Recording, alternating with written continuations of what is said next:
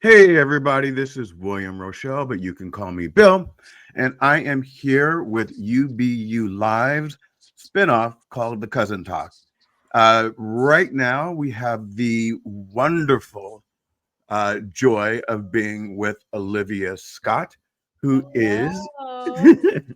who, who is the daughter of let me see, my phone says BS. So great initials, my friend. My cousin Bill Scott. One of the things that people didn't realize yesterday when I was talking to them is that I don't meet most of my cousins before they come on. So Olivia and I have had a text string back and forth, but we've never spoken. And about 30 seconds ago, we said hi. Mhm. And that's kind of intentional because I really want an authentic meeting and I want to be transparent and ask questions and not go through something that we've already prepped for. Yeah. Yeah. So the floor is yours. He actually talked to your brother yesterday, Olivia. Okay, awesome. Awesome. This is my first time on a podcast, so bear with me. He's way better than I am. He's a natural and I Who, am me No. yeah. or Well, your dad? so are you. Not my dad. Your dad is fantastic. I'm just Yeah. joking. I'm just joking. I'm just joking. But thank you for having me. I'm excited to be on here. Should I just start with a quick introduction?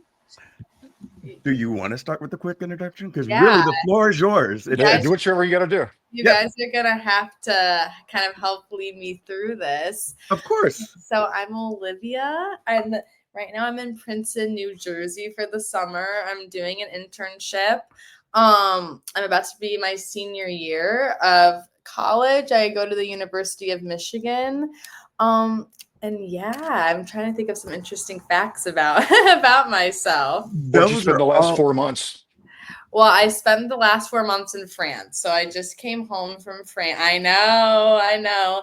I was studying abroad in Aix-en-Provence, which is in the south of France. And I was doing an international relations program there. I'm an international studies and political science major. So I had the opportunity to go to France and almost complete one of my majors and get to travel around a little bit, which was fun. She likes to excellent. travel. I do like to What travel. was your favorite city visiting, Liv, when you were there? This is so hard because I loved every city I went Oh, to. and she visited Mother Africa. She actually went to Morocco. Well, yeah, so Yeah. I will Morocco was my favorite trip that I went on. My favorite city was Amsterdam. I think that'd be my number one. I love That's Amsterdam. everyone's favorite city. Can we ask what you did in Amsterdam, or is that like Well, I probably can't say everything I did in Amsterdam, but okay? I did a lot of walking around and Walking, okay, exploring the cafes, being in nature. I was by myself. It was a solo trip. okay. I finished off in Amsterdam. So So quick, I explored some of the delicacies for sure. okay, all right, I understand. Yeah. Uh, so so that's interesting. So being a single woman Mhm. in Amsterdam, uh, were you nervous? I was not Amsterdam is a pretty safe city. It's a You want very to hear it? young city, so um there's a lot of people around my age, so I was not super nervous. It was also the last leg of my solo trip. So, oh, my dad's disappeared. Oh, there you are. So I had a week off for my spring break. I went to Vienna first, or I went to Austria first, and I went to Vienna, Salzburg. I also did Budapest during that time. So by the time I was in Amsterdam, it was my last leg of my first solo trip. So I was not feeling super intimidated. Okay, all right. Um, I can ask anything, and you can say I'm not going to respond to anything. Is that Okay. fair? All Yes. right. So if I were in Amsterdam, I would have gone to the red light district. Just not to Yeah. Not to partake, but just to say I went. Yeah. Did you do that? I did not go to the red light district. Okay. That is actually, it's funny, like bringing up me being a single woman. I was feeling a little too creeped out to go to the red light district. I think it's cool. I would have enjoyed it more being with if I was with my friends, I would have 100% went. By myself, I felt like kind of like I'm a pervert. And I also, I was sorry. I did not hit the red light district. Okay. I was focusing more on the green lights and all of those. I think she's totally judging you, Billy. No, she's not. not. Sure. No, For because sure. I prefaced it with I wouldn't have gone for any other reason except to say Sure. I saw it.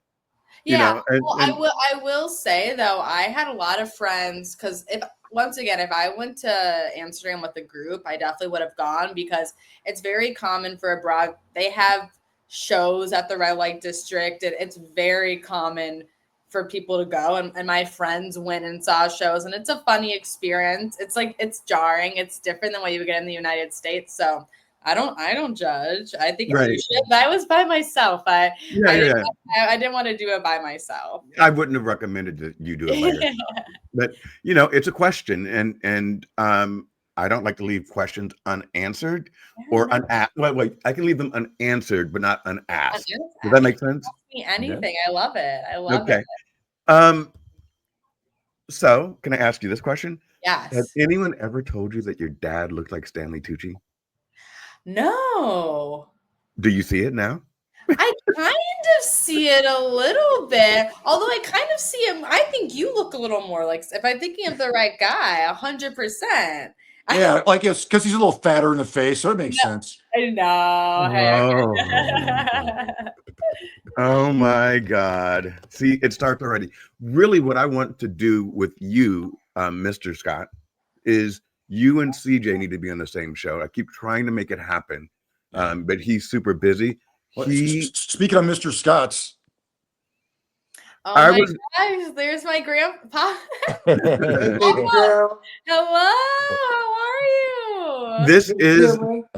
These are three generations right in front of you. Yes. That's father, son, and daughter. So I look like Stanley Tucci. Yes. I'm so good looking though.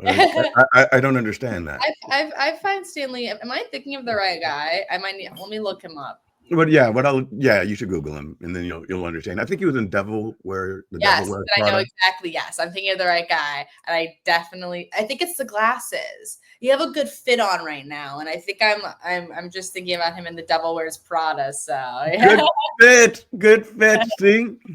See, it's great when you hear that from the younger generation because it means it's real, right? Yeah. And I know what a good fit means. Yeah, there you go. Yeah, because someone said it to me once, and I was like, Dad, you know what that means? Good fit. Good outfit. Yeah. Yeah. Okay. So he kind of does that, like that whole Miami thing, like with all the labels and stuff, Are you from Miami? That's where he lives now. So, fun fact, I grew up on the south side of Chicago. Okay, cool. And I was going to ask you about this, so bear with me. I grew up on the south side of Chicago, and then partially in Springfield. So every summer we'd spend with my grandmother and your great grandfather, Uncle Buzz, Aunt Emma, my grandma Emma, and your grandpa and Chrissy and all those guys. I don't know if you know all of them, but I moved to Los Angeles when I was 12. Okay. So up until that point, Bill and I spent a ton of time together. And then after 12, we just lost connection. Yeah. And then I saw him again when you and Kathy came to Aunt Emma's funeral. And so that was the first time we had seen each other in maybe 30 years or something like that. Time. Yeah. Wow. And so we reconnected because I have a podcast called UBU Live. Okay. And I asked Bill if he would come on a Saturday and just record with me because my number show's on Sunday. And he said, I really enjoyed it. I can't wait until next week. And I was like, I literally thought it was going to be a one-off. Okay, yes. And when he said that, I'm like, okay, if he's willing to come back. And slowly but surely, we started getting other people like your grandfather, like his cousin Jimmy, that actually commented and said, I'd like to be on. And so it just kind of bankrolled That's awesome. into what we're doing now. But here's my $1 million question. Okay, I'm ready. Growing up in Los Angeles, growing up in Chicago in the South Side, it's a predominantly Black area. Yeah. And when I grew up, people would say, and I'm Black, no matter what my skin tone is, that's my heritage. People would say, you're not Black, you're white.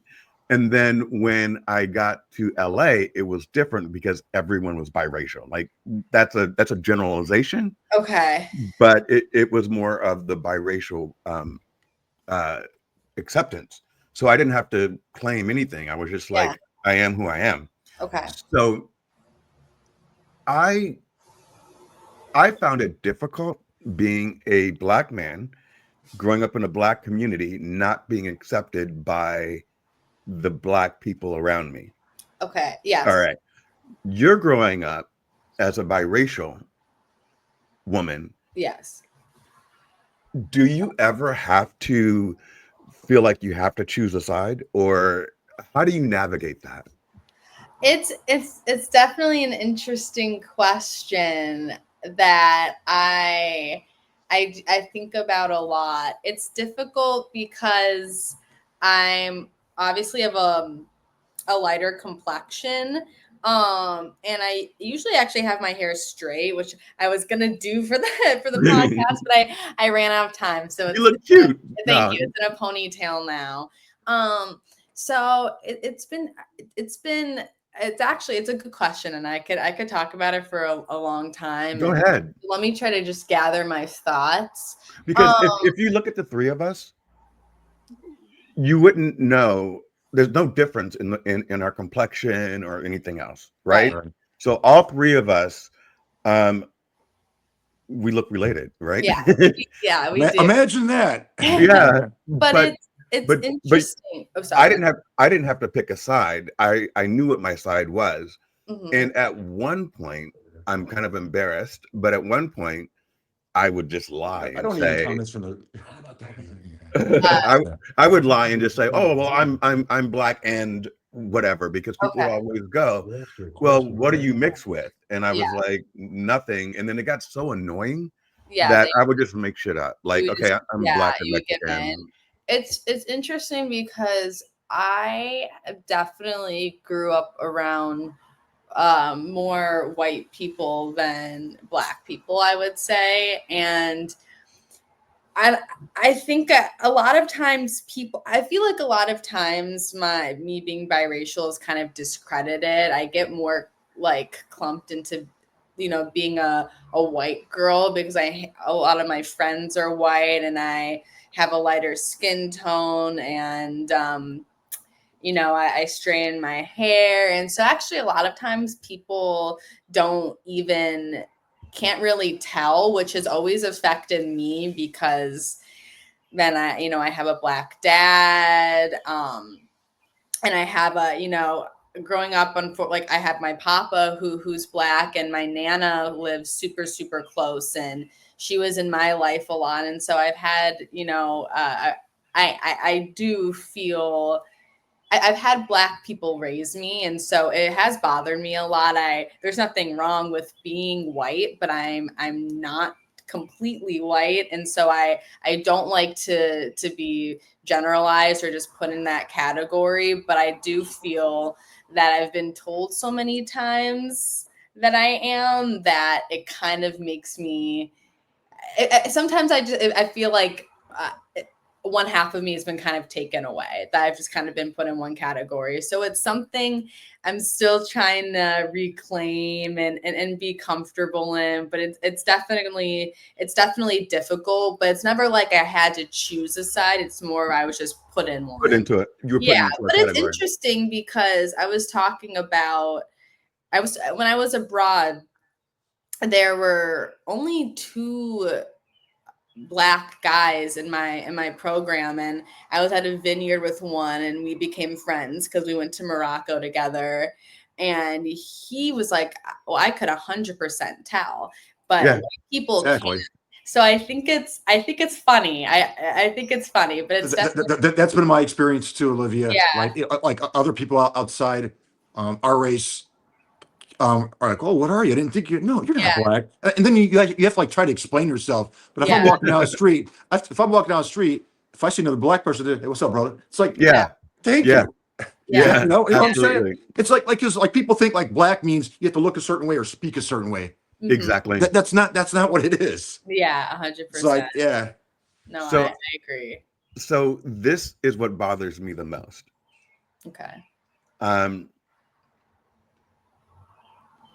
I've been in situations where I hear what other people say about my community because they don't understand who I am. Yeah. And I get really affected by it. And I didn't realize how strong I was because as I've gotten older, I don't let it slide. Yeah. I'm not rude, but I'm like, do you realize what you just said was Yeah. X, Y, and Z? So I'll give you one statement. So I was in a car with a friend of mine, Yeah. and she is from Israel, and I was driving down the street, and I said, "How do these young kids afford an S class?" Yeah. And she said, "He's a drug dealer." And I said, "That white kid's a drug dealer." And she said, "Oh, he has rich parents." And so in that moment, I had to stop and say, so if he was, if until you realized that he wasn't a black person, Yeah. you assumed if he was a drug dealer. But then when you look over and realize that he was Caucasian, he had rich parents. And it's weird how and she says, "Well, I'm not racist." And I'm not saying that you are. Yeah. I'm saying that you have a preconceived Yeah. notion that I have to educate you on Yeah. because what you just said and not even recognizing who you said it to is not It's not not. going to fly. Oh, Yeah. 100%. No, I think race is socially constructed, at least to the point like how it is today. And you have your ethnicity, but race is something that you could go into like talking about it. It's hard to I feel like I don't have the words right now to like truly go into depth, but I've taken a lot of classes on this for my major. And What type of classes? I'm I've not that smart, so no, you you have to break it down for me. I've taken a lot of so many different political science and sociology classes specifically about just like different races in society. And I think the most notable one was actually about Asian Pacific Americans, but it involved all races because a big point of the course was talking about racialization in America. So it's the concept of in like the racial hierarchy in America, you have white people at the top, and then black people have always been at the bottom, and that was slavery and just how it's been in America. And so when you have other races who immigrate to the country and start to fit into society, there's a process called racialization because they're not white, but they're also not black. And so then in order to assimilate and try to, I guess,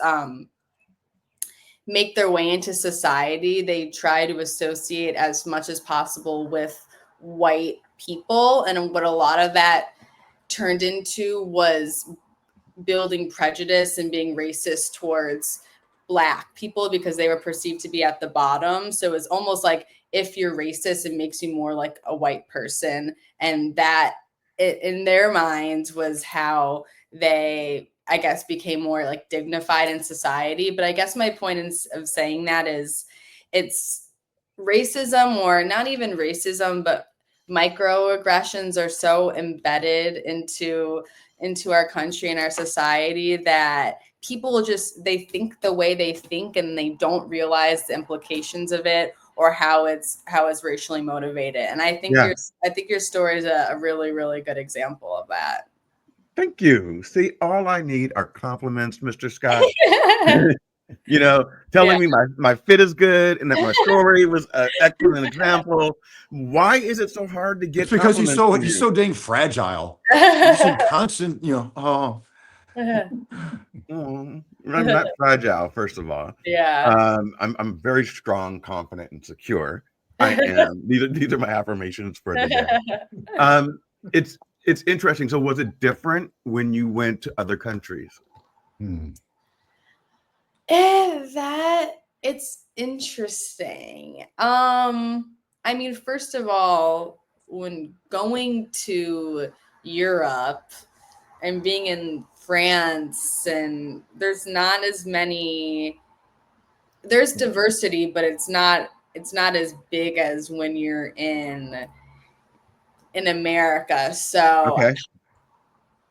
I wasn't really able to, like, when I was in France, I was mostly surrounded by French people or people in my program who happened to be majority white. So it was different. Like the conversations that you have about race in America is different than in Europe because it's so, for the most part, like the nationality in a country is primarily the nationality of like that origin, that there's different, I don't know, the context is kind of different. So grab me one too. Make a direct Will you grab me one too? comparison, but it is an interesting question. Yeah.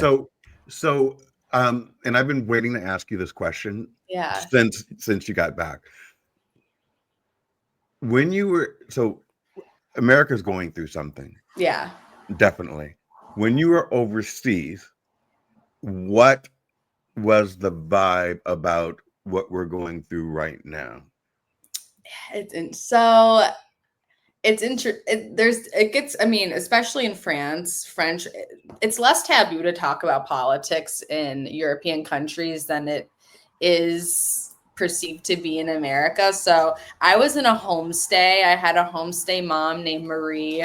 We had dinner every night, and she talked about Trump all the time. I mean, I'm assuming that's what you're referring to, but obviously there's more than just that. And they're concerned, you know, like what happens in America has implications for what happens in countries all across the world, and they're super, super concerned, and they would, almost anyone who I would meet on the street would ask me about, oh, what do you think about Trump? Do you like Trump?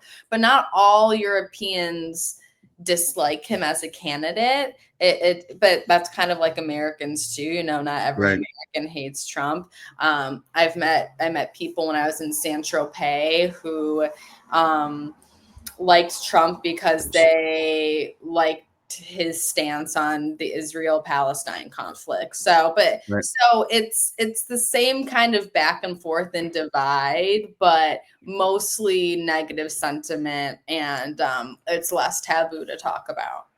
Okay. And it seems to me like I think anyone that's anti-immigrant is going to be someone that likes Trump. Like, for example, the president of Hungary is often described as a European Trump because he has very conservative policies. He's kind of pushing this pro-white agenda.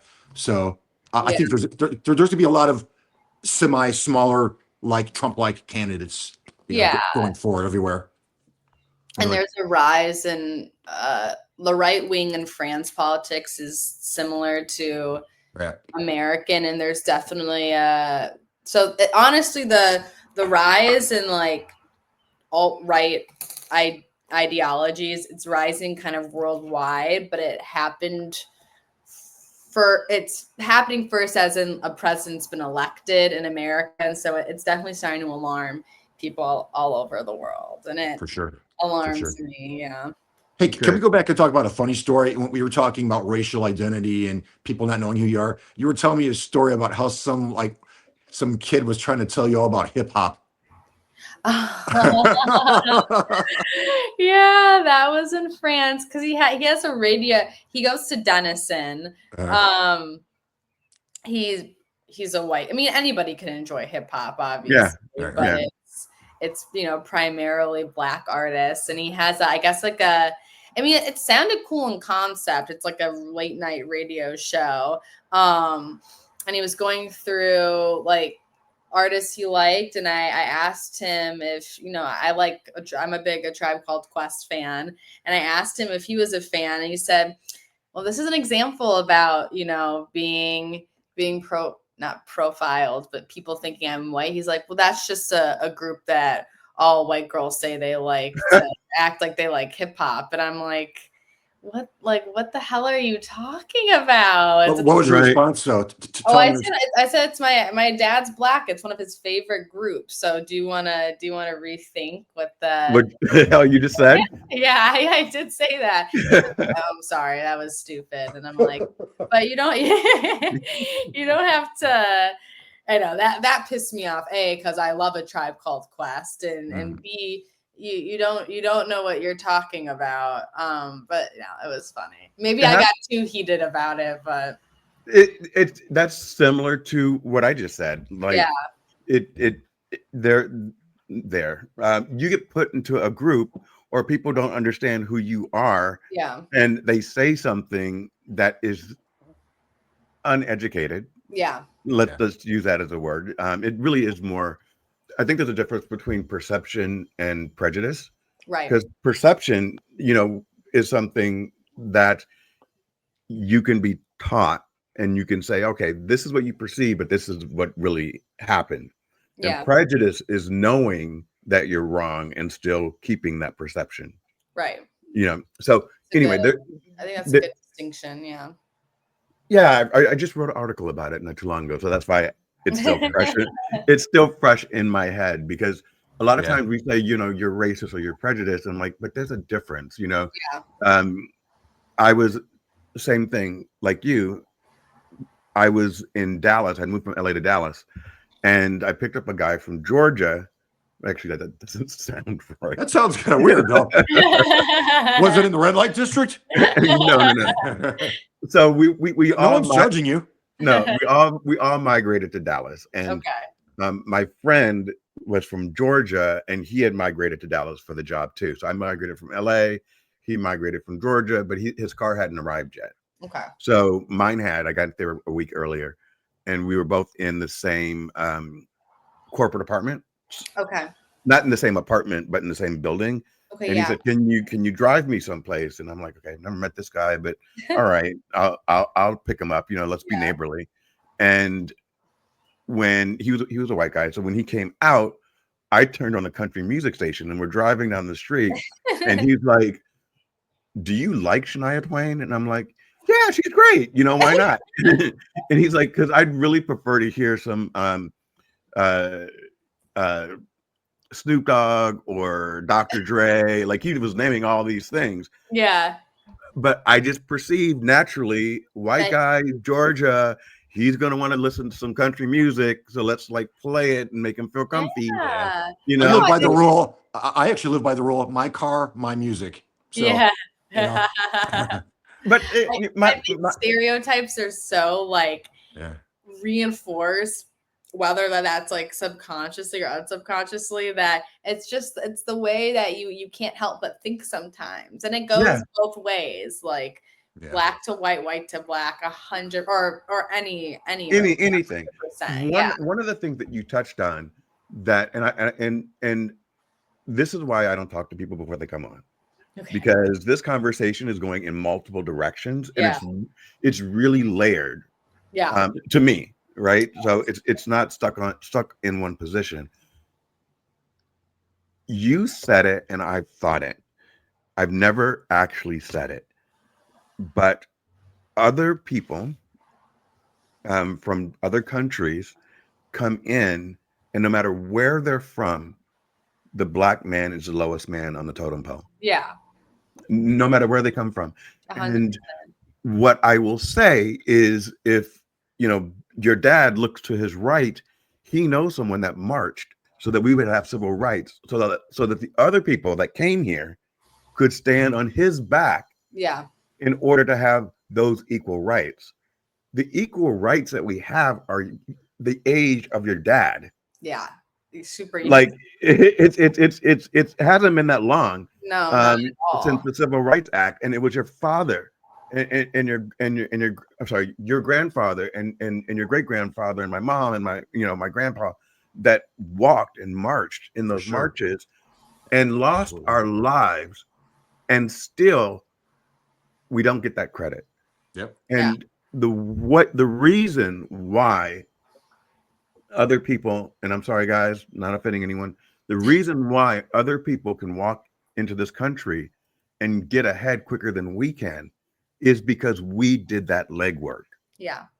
But that 100%. legwork was put in, and it wasn't just us, it was people like your mom that joined in on it, and other other people that joined. Lots of allies, Yeah. for sure. Yeah. For sure. Yeah, so it wasn't one, but it was easier to target your grandfather because you can just see it. You can see his race. And so it's easier to do that, where Bill and I may not have gotten as hit as hard during that time because they didn't know who or what we were. Yeah. 100%. And I know it really is a social science that I learned about. And it's a good point because the first civil rights walks and marches, it was started by Black people, and it's disappointing. But at the same time, thinking about it in a different way, it's I don't know how to put this, but that kind of phenomenon of when other people come into the country and choose to They try to leapfrog. leapfrog. Yeah. That is also a process of marginalization and the type of I don't know, just the social hierarchy that created by white people. They're allies, but that's just how it was in this country. That is who started that type of hierarchy. And so it's almost like other minorities are still victims. And You see what cousin Deborah said in the Yeah. comments? Yeah, even fair skinned blacks. Yeah, exactly. Yeah. For sure. And it's interesting to think about how minorities are kind of pit against each other in this country. And so it's unfortunate, but then it's also unfortunate that it happens, and it's unfortunate that people feel like in order to make their way in this country, they have to have prejudice against other people. It's unfortunate, but it's a good point that you made about we created the stepping stones for civil rights and for diversity, equity, inclusion to even be a thing. So that's a good point. Yeah. Hey, by the way, you guys, today is the anniversary of the Tulsa massacre. I believe it was in 1921 on this day. 104 years ago. Yeah, is that crazy? Yeah. What's crazy about that is that I did not know about the Tulsa massacre. No, good. They want to bury it. I had no idea. Do you know when I found out? There was a show on. Damn it, I can't remember the name of it, but it started off with this bombing, and it was 4 years ago during COVID. I think it aired, or maybe I just binged it.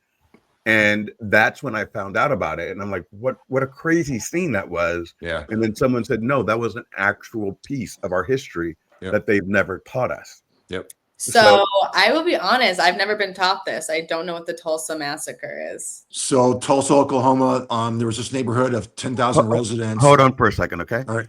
I'm going to do what your dad does to me.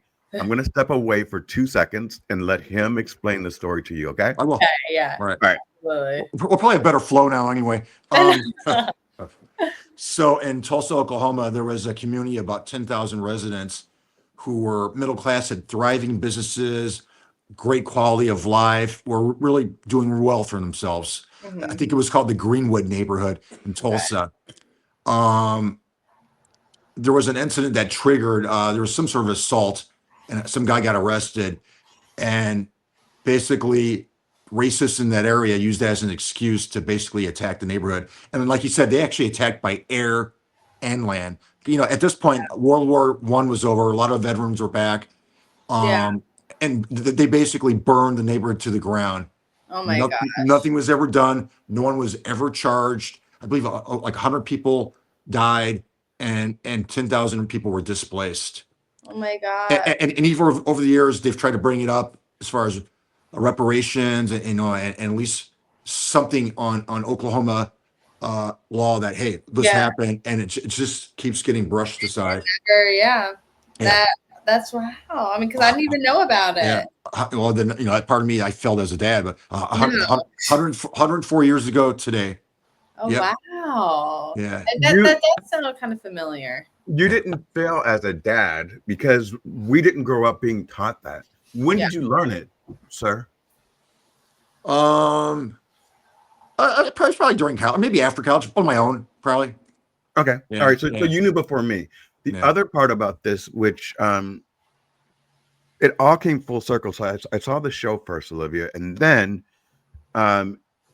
in 2020, when Donald Trump was running for re-election, Yeah. he held his first campaign rally on the grounds in Tulsa of that massacre. I didn't And know that. yeah, so it was very ironic how he chose the venue, Yeah. and it was right around Juneteenth. I don't think Whether there's any it- irony at all. I think that's purposeful. Well, I'm trying to be play middle of the road, right? Okay. So- Partisan. Let's not be like let's not be middle of the road. I mean, you Okay. can, but So yeah, so there's a lot of interesting things that are happening today that are, if you understand history, you recognize Yep. where we're going, and in the history of America, the history in Germany, the history of the Jewish community, like all these things, we need to be aware of while we're watching things getting dismantled. Absolutely. And I do agree with Deborah. It was done purposely. I feel, looking at the comments, I do feel, yeah, absolutely. She's Yeah. absolutely right. Absolutely. And hello to everyone in the chat. Sorry that we're not getting back to you, but we start to get in really engrossed. That's the thing about the Scots. Once we start talking, hold on, because everyone's going to jump in and get their point across and Yeah. get mad at each other maybe for a little bit, but then come back together. Yeah. That's just how it is. Will you pass it on for me? What did Papa say, Dad? What's that? Go ahead. No, I just want to interject that if you Google it, you learn that Tulsa was not the only situation. There were multiple cities and townships Yeah. where blacks were attacked There's a big one in Florida too. and destroyed. Like for instance, Wilmington, North Carolina is one. So Tulsa is always held up, but there are multiple other cities Multiple, yeah. where that happened. And Thank you. Thank you. And I feel like, and that's like, why I get frustrated when the new administration wants to get rid of education about. Oh, is this on LinkedIn? Sorry, I got distracted. So we're on everywhere. So the podcast Okay, awesome. is on YouTube. I have my biggest audience is on LinkedIn. So I have Okay. 30,000 followers on LinkedIn, Oh, wow. and I don't have a ton on YouTube. So I'm trying to Everyone, she's a college senior coming out in a year. we need Lots of we experience. need to connect on LinkedIn. I didn't know that. yeah. So I have tons of followers on LinkedIn. So when you're looking on YouTube and you say, oh, there's only 75 people that watch, there's like 1,000 people that watched on LinkedIn. Okay, awesome. Wow. And then I'm also doing it live on Instagram and on Facebook, and then I'm trying to do TikTok, but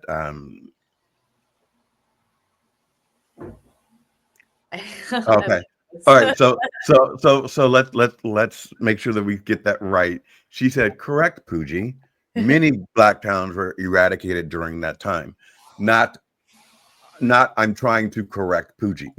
And that's Deborah. That's the Which includes Springfield, Illinois, by in fact. Well, they went through a riot, right? In 19, I think I talked to 1908.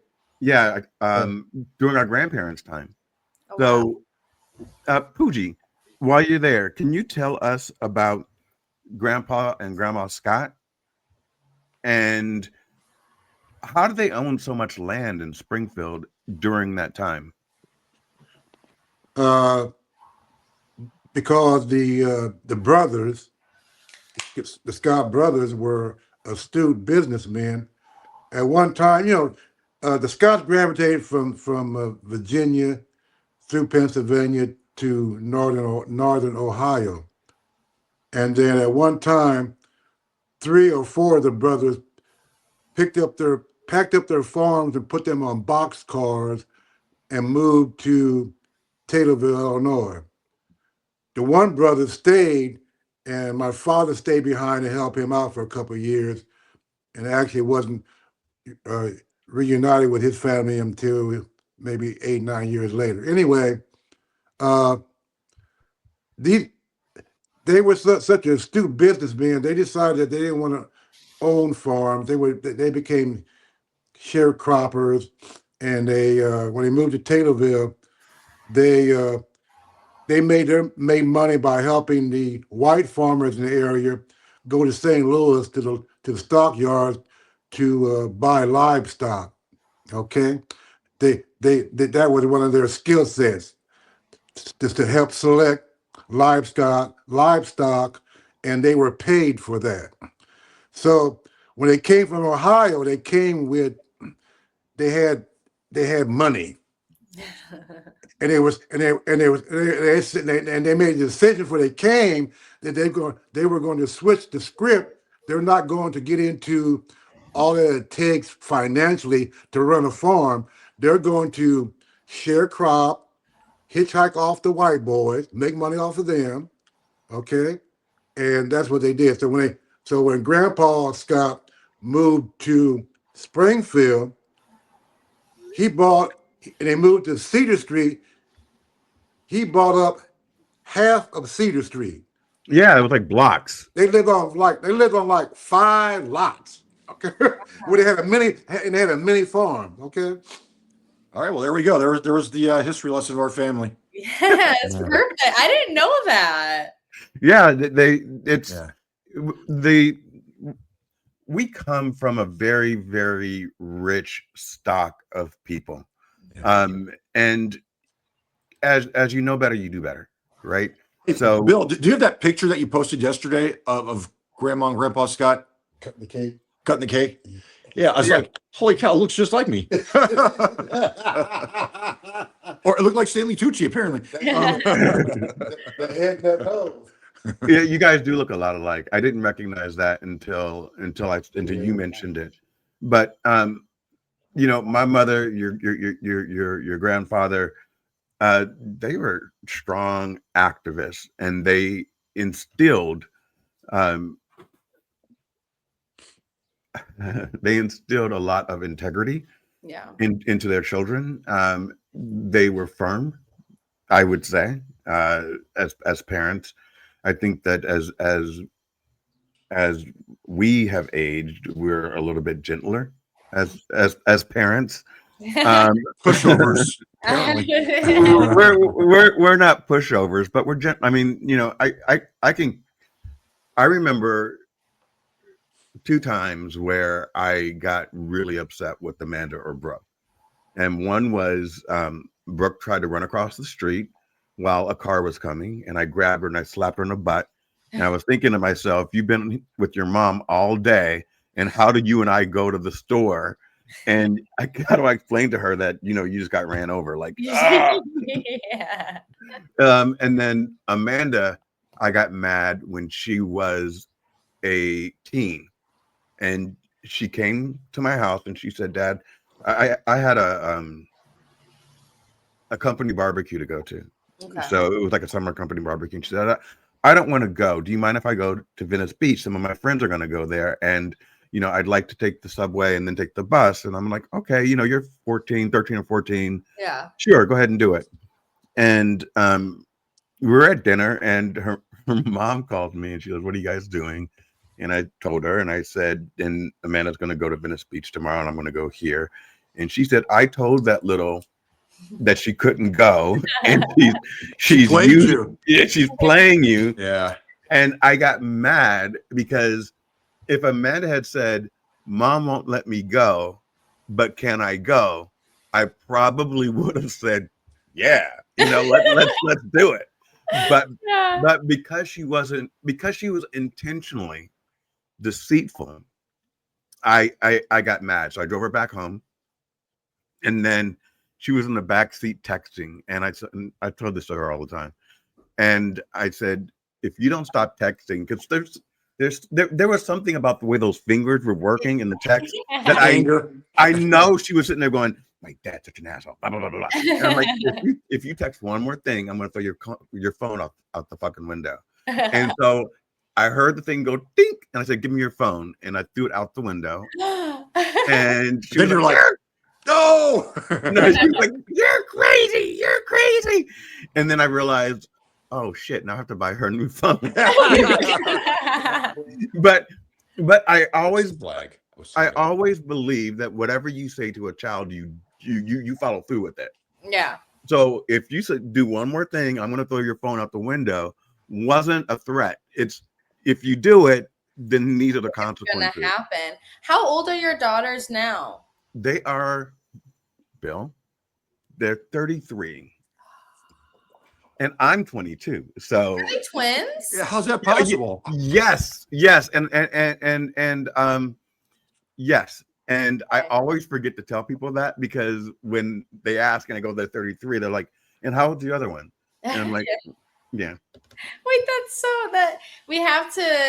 I hope we could do a family get together soon because there's so many. And so where are they right now? Are they still in California? Or are they in Miami with you? They're in Los Angeles, and I'm in the doghouse because I took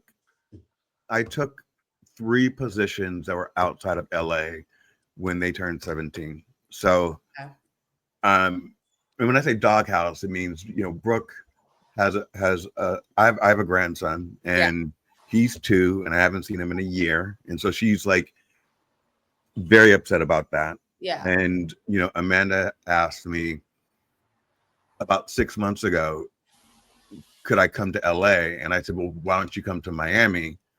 And I think that upset her. Okay. Because life's established in LA. Huh? No. She wanted me to at least come out and visit.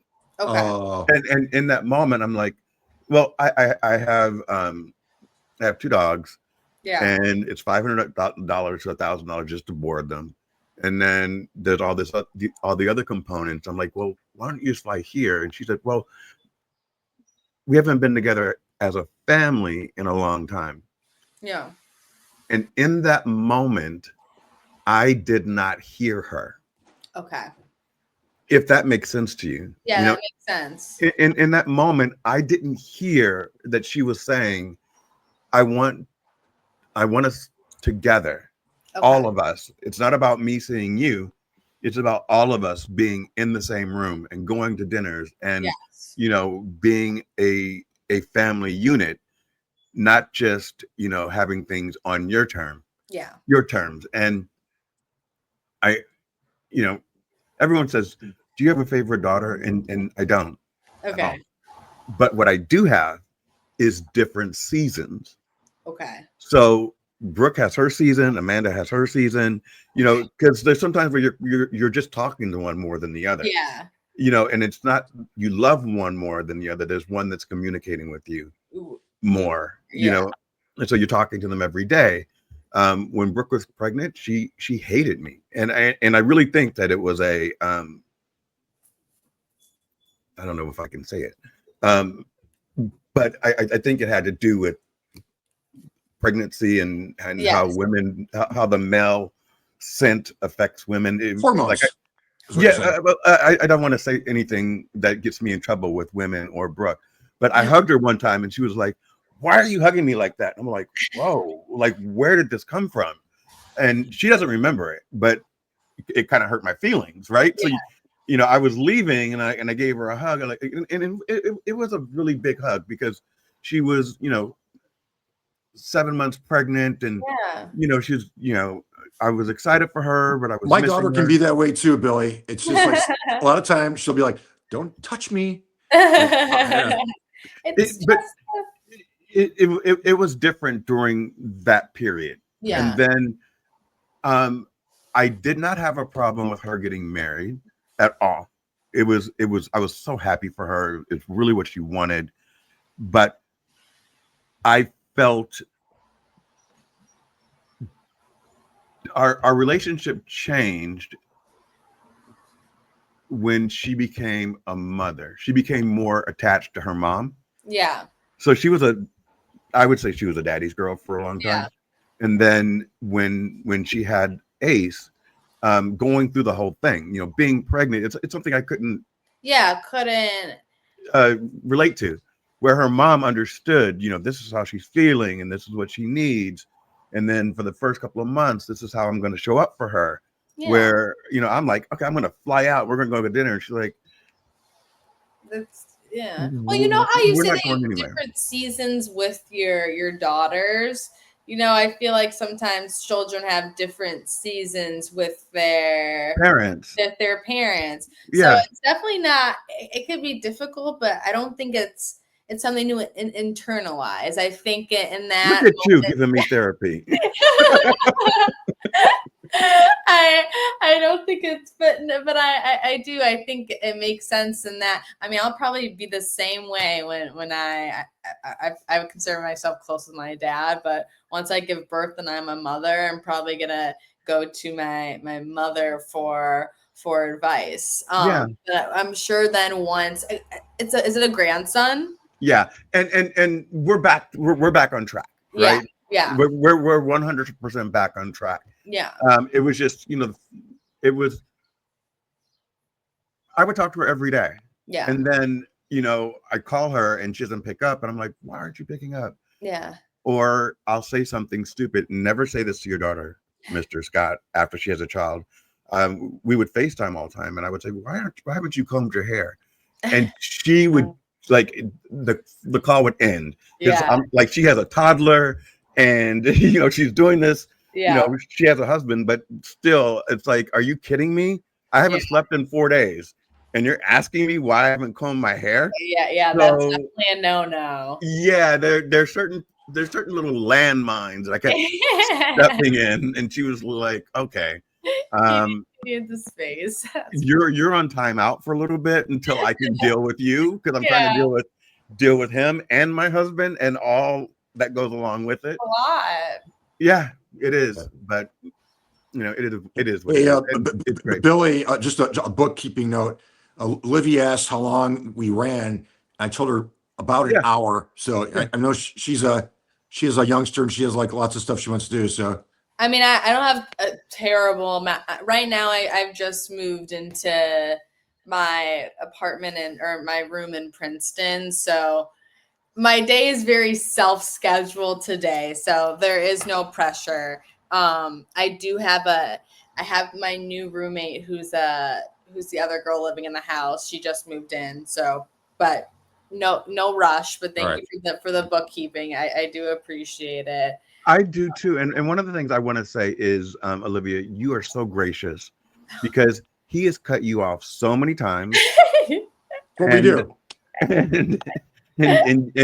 And you haven't told him, like, silence, sir. Silence. It honestly, it's before we got on here, and we were talking about how he's always late. I texted him, "Get your ass on here." So it's an on-screen facade, but I'm not always late. What are you talking about? I was telling her that you are. Okay, now I'm exposing people, but Yeah. I'm gonna expose myself. He definitely. Sometimes I can be kind of sharp, Dad. What do you think? Yeah. You can be sharp, Olivia. Yeah, this is not. This is. Yeah, she's fooling you guys with this whole charming thing. Yeah. And she can be like, But I'm being on my best behavior. Be you. Thank you. I appreciate But it. you know what we'll do? We'll save that for the next show. Yeah. Then you get like really rip and run. Yeah. Well, Um, he hasn't pissed me off a lot, so we're good. But I'm what's just so joking. interesting about that is, and I understand that you're an adult, and Amanda and Brooke, they're 33, but I still can't tell my mother that she's pissing me off. Can you tell your dad that, Bill? No. I'm talking to your dad. Oh, you go, Dad. Can you tell your yeah. dad? I can. Okay, all right. I think so. Well, I don't. yeah, I don't think so. I agree with you. I agree with you, Olivia, that he probably thinks he can. Yeah, I would be scared. I don't really bite my tongue too much. That's true. Okay. No. All right. So this has been, for me, a great conversation. And one of the reasons why I love it, and I'm talking to everyone out there, because I've gotten some questions about, why do we go live and why do we do it? And what I find is a few things. First of all, we're able to touch on multiple different subjects. Yeah. We're able to learn about each other in a deeper aspect Right. than we would at a family reunion, where we just like sat at a banquet hall for like 5 seconds and then, put on our best face, although I know that you're putting in your best face today.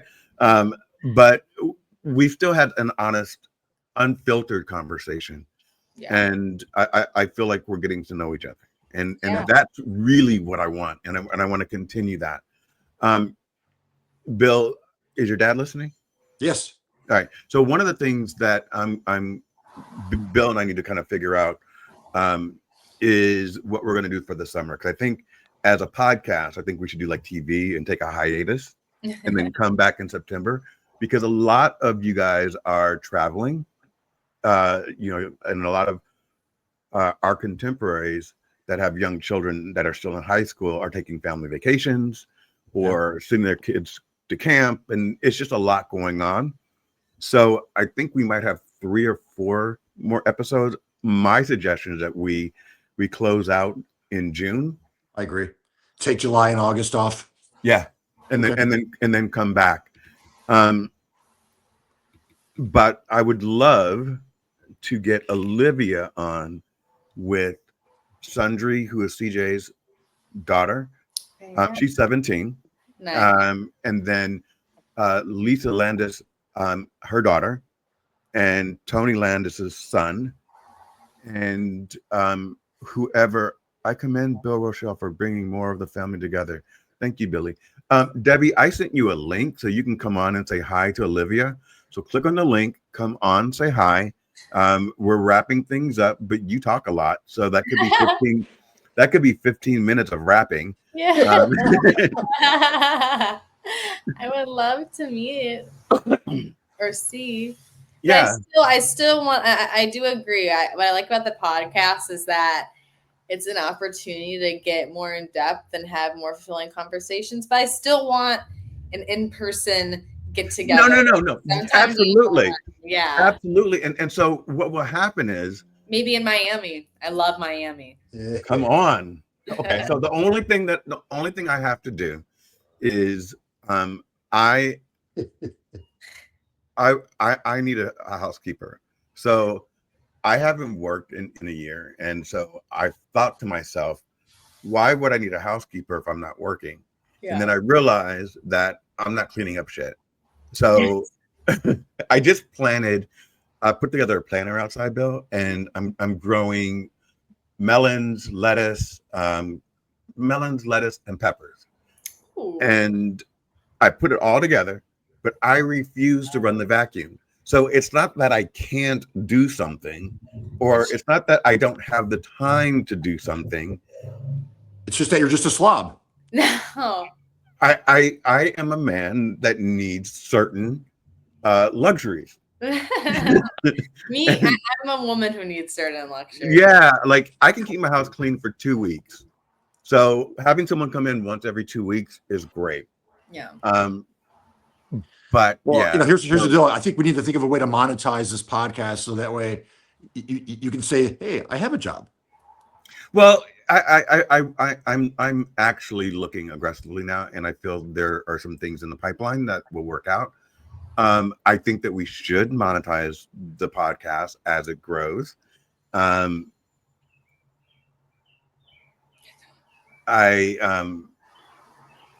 had a conversation yesterday that I think if that conversation gets some thought behind it, I think that would work out really well and get us into a new audience. Yeah, However, we need that person to make the decision without any pressure. But so I'm trying to segment off right into different directions. Gotcha. expand. And so Bill and I will reach a certain audience, and you will reach a whole different audience. And Brooke just did a mommy post on TikTok that just took off, and she called me today, and because I told her, I said, I want to do these 3 separate things. I'll tell you about hers. I won't tell you about the other one. Your dad can tell you. But hers, I said, you're 33, you're 30 something with a 2-year-old. Yeah. And there's an audience that will resonate with what you're going through, even if you do like a thought of the day. And she did one yesterday just about how she wishes that she had someone that can come into her home for 2 hours once a week or every other day, and she could just go in her room and shut the door. She said she gets people to help with her child when her and her husband go out someplace, or when they have date night or something like that. But she wants someone just to come in, not so that she's away from her child, but so that she can go in her bedroom and shut the door and read a book for like 2 hours. And Well, I'm gonna let you finish. You go no, first. no, that was it, really. Well, when I only did this a couple of times when I was younger to make some change, but I would do something like that for moms. It's called a mother's helper, mommy's helper, where I would just take care of the kids and the mom would chill in the house. So she should look into something like that, because I think it made a big difference for the mom. Was it a service that you went through? No, I just I would get in contact with It's moms. word of mouth. They would, word of mouth. They would hire me. Okay, so that's a whole different business. Yeah. That would be kind of cool to set something like that up as a connector. However, I know that care.com does things like that for moms and also for hospice. But I think you're onto something there where people can actually do that. So now that we're talking, hopefully someone can get in contact with Brooke and, There you go. and give her the help that she needs. And she doesn't need help. She just, she wants to be able to go in her bedroom and not have anyone. Have some me time. I Yeah. guess. Yeah. Exactly. So, Mr. All right, guys. Scott, I am wrapping up. Olivia, is there anything that you, first of all, what were your thoughts about coming on? Well, I was a little nervous at first. I've never done a podcast before, but the conversation flowed so smoothly. You're natural. You really are. Thank you so much for having me. I really, really did enjoy it. It was I've had a lot of free time today, so it was a good use of my time, and I'm happy I got to meet a new cousin, Deborah. I hope I can meet you sometime soon. I'm glad I got to talk with my. I think you've actually met Deborah before, but you were real little. I've met Deborah, but I mean, Yeah. see her again or be on the podcast. And it's different when you're 5 and you meet someone versus when you're 20 and you meet somebody. But thank you guys so much for having me. I hope I can be on another one soon. That's way definitely up to you. And let's Bill and I will figure out the final episode for this season. And then maybe we'll just have everyone that came on before just come on for a second. Absolutely. And just give everyone like a little bit of time. Do a little season finale. That's yeah. All right. And sounds good. Talk your brother into coming on. I will. I was talking to him last night. I will. I'll Oh, talk- really? Yeah, Did- yeah. How's he doing? He's doing good. Because he was he just on the podcast? No, Not yet. him and I spoke yesterday. Okay. But what I told you earlier is that I don't speak to people before they come on. So yes. I spoke to him about a very specific thing, Yes. and then, but I didn't go into who he is and any of that stuff. I just said, you're going into college. Well, I don't want to go talk about it Yeah, until. no, I know. yeah. Look, Okay, he okay, keep it under wraps. No, Yeah. he briefed me. Okay. I'm in the know. So Okay. All right. Good. I think it's a good idea, and I'm going to try to convince him. Yeah. Yeah. So part of it would be, okay, I got to shut up. So Yeah. yeah. So Okay, guys, we're ending the show now. Thank you, everyone. Thank you. It was so nice. Bye, to meet guys. you. Bye, Liv. Love you, Liver. Bye. See you. Bye, Bye. guys. Your dad just ended it. Yeah. How do I leave? Oh, stop. All right. Bye. Thank you so Bye. much for having me. See you soon. Bye.